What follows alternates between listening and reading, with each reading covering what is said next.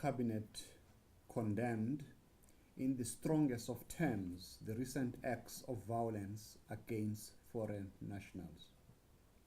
At this point, Cabinet would like to extend its heartfelt condolences to the families of all those who lost their lives and a speedy recovery to those who have been injured. No amount of frustration or anger can justify these attacks and the looting of shops. Whilst noting the issues raised by communities, violence towards another fellow human being can never solve these issues. Rather, it reflects very badly on us as a people, going against the very ideals of our foundational values of our constitutional democracy. South Africa fought against colonialism and apartheid alongside fellow Africans so that all of humanity in our continent should be respected and treated with dignity.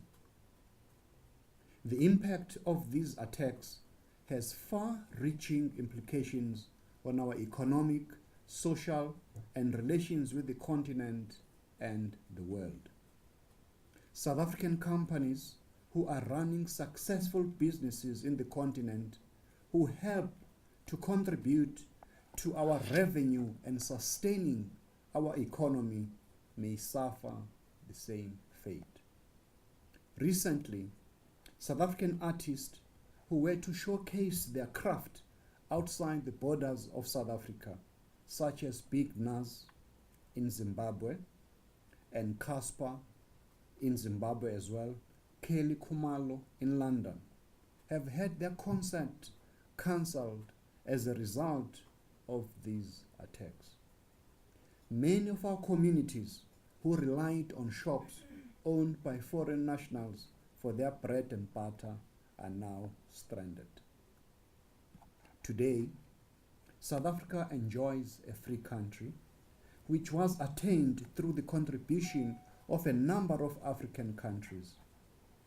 Our own late icon, ANC President Oliver Tambo, was accommodated close to 30 years in Zambia, and many other South African compatriots who lived in exile.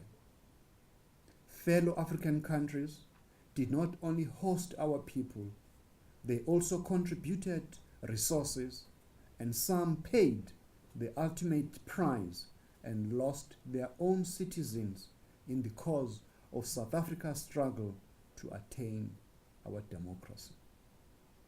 Our country will never be derailed from pursuing its Pan-Africanist vision as encapsulated in the AU Agenda 2063, which was pursued and inspired by our forefathers Kwame Nkrumah, Azikiwe, Mwalimu Julius Nyerere, Nelson Mandela, amongst others.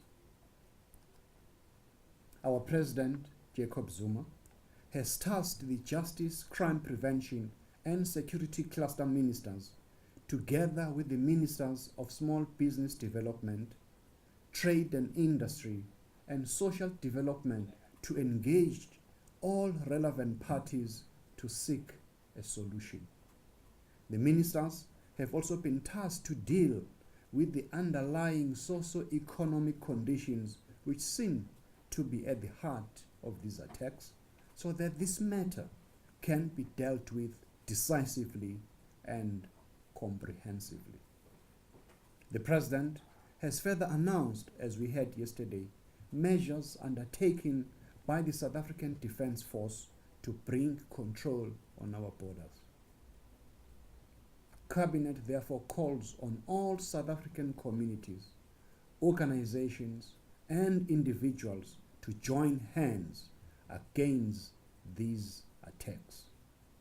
Our country, South Africa, is not a violent country, and therefore a few individuals cannot be allowed to hold the whole country at ransom. Violence has never been a solution for problems, in any society and will never be in our own motherland, not in our name.